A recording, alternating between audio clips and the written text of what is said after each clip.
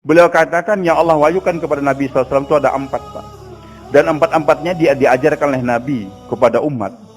Dan Nabi sampaikan 4-4-nya ini, sehingga Nabi itu dipelihara oleh Allah Subhanahu Wa Taala. Hari ini juga, siapa saja santri, alim ulama yang alumni pondok pesantren, kalau betul-betul dia menyampaikan yang 4 ini kepada santri, yang pada umatnya, itu pasti wallahu ya'simuka minan nas. Kamu akan dipelihara oleh Allah.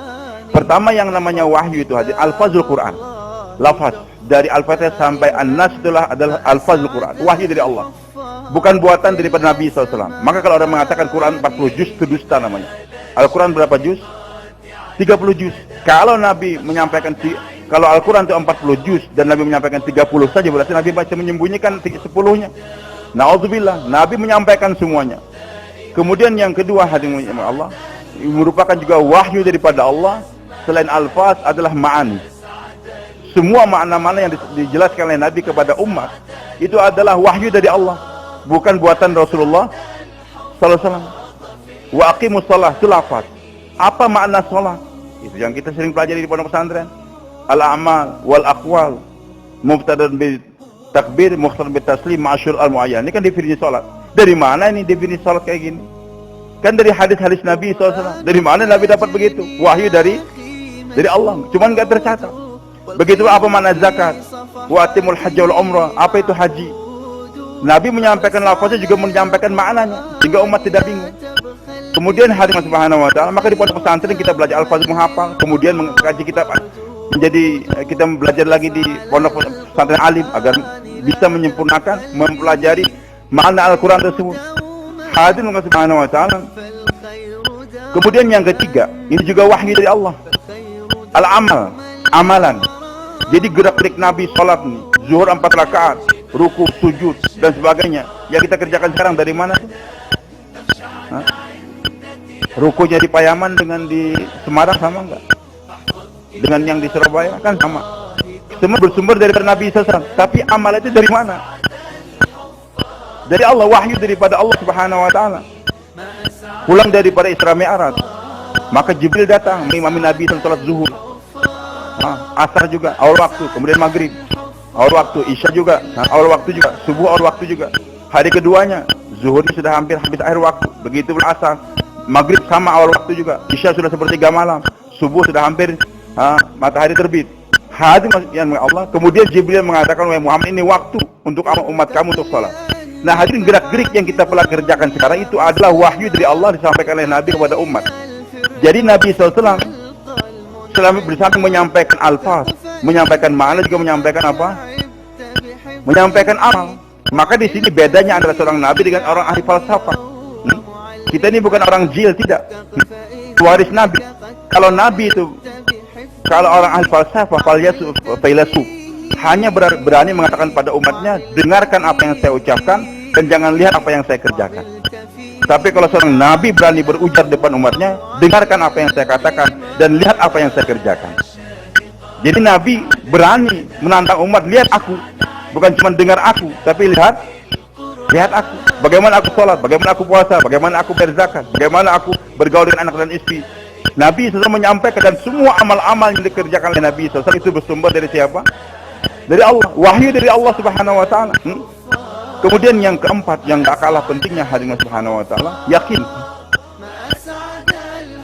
yakin bahwasanya dengan ayat, dengan Al-Quran, dengan Islam tadi, pasti Allah akan bantu, tolong. Jadi Nabi SAW mengajarkan kepada umat, alfaznya diajarkan, maknanya juga diajarkan, amal diajarkan, dan yakin dengan amal ini pasti Allah muliakan kamu. Satu orang datang, ya Rasulullah, istatullah ke babni akhi, ini adikku sakit perut. Nabi katakan, minumin madu dia. Karena Allah katakan madu adalah syifa linnas, obat. Setelah diminum, dia pikir, kok minumin madu, gimana? Kan perut mencet ini kan biasanya panas. Dikasih madu, panas juga, lebih kacau lagi. Tapi kena perintah Nabi, kerjakan. Ternyata dia datang, ya Rasulullah, mazal ilis ketulakan. Ternyata semakin mencret lagi, ya Rasulullah. Nabi katakan, isti'asalan, minumin madu dia. Dia minum madu, ternyata tambah mencret lagi. Datang lagi, ya Rasul, tambah mencret. Minumin madu lagi, kata Nabi SAW. Minumin madu, tambah mencret lagi. Hadirin mengiyamin Allah. Yang keempat, akhirnya Nabi katakan, Sadaqallah, Wa kadzabat akhik isqi asalan. Benar Allah dengan segala firman-Nya, dusta perut adik kamu itu. Minumi lagi madu dia. Maka setelah diminum yang keempat sembuh nih. Nah, Nabi nggak bergoyang dalam keyakinannya tadi. Kenapa, Pak? Ini dua peninjauan alim ulama. Kalau peninjauan para dokter, itu kan penyembuhannya berproses, maka cukup lama baru sembuh. Kalau ulama-ulama rohani mengatakan tidak. Sahabat kenapa nggak sembuh yang pertama dan kedua ketiga tadi? Karena para sahabat sahabat tadi ketika mengamalkan hadis Nabi otaknya masih main. Gimana ya? Perutnya panas, mencret. Dia minum madu, panas lagi, tentu bertambah. Mengamalkan hadis Nabi tadi masih ada keraguan. Dua kali begitu juga, tapi setelah dibentak oleh Nabi, Shadaqallah wa kadzdzaba akhi. Dusta perut adik kamu tuh. Benar Allah. Baru dia sadar, kalau gitu udah minumin, tapi dengan yakin, akhirnya sembuh. Jadi hari ini memang kadang-kadang umat perlu dibentak, Pak. Supaya yakin dengan firman Allah, dengan sabda Nabi Sallallahu Alaihi Wasallam. Tapi nggak selama-lamanya, sekali-kali memang harus dibentak. Jadi hadir Allah Subhanahu Wa Taala. Nah, yakinnya Rasul mengatakan tadi minumin madu tuh sembuh. Dari mana itu yakin? Hah? Wahyu dari Allah.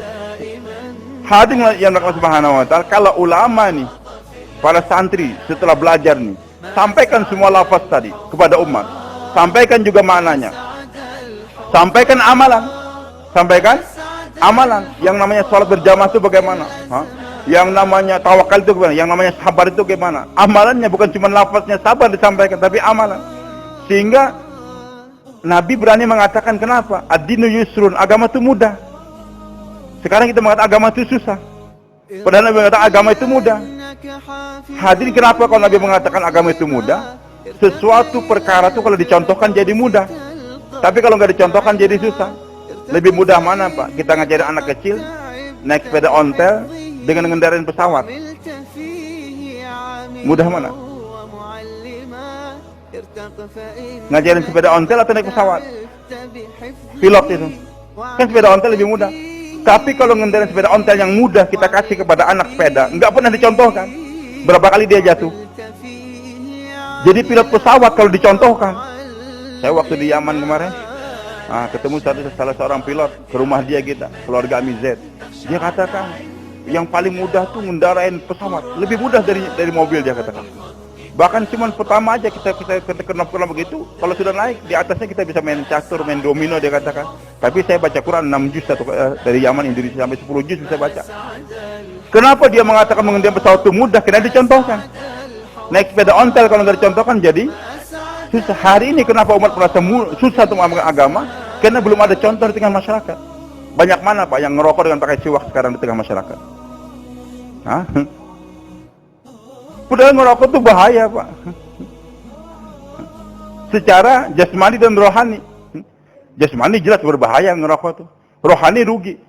Karena ujar Nabi SAW, orang tuh kalau ngerokok, orang tuh kalau mudah-mudahan kita tahajud semuanya, insyaallah, amin. Orang itu kalau sholat tahajud, kata Rasulullah SAW, itu malaikat senang sama dia. Bahkan ada malaikat yang langsung mendengar ke mulut itu orang.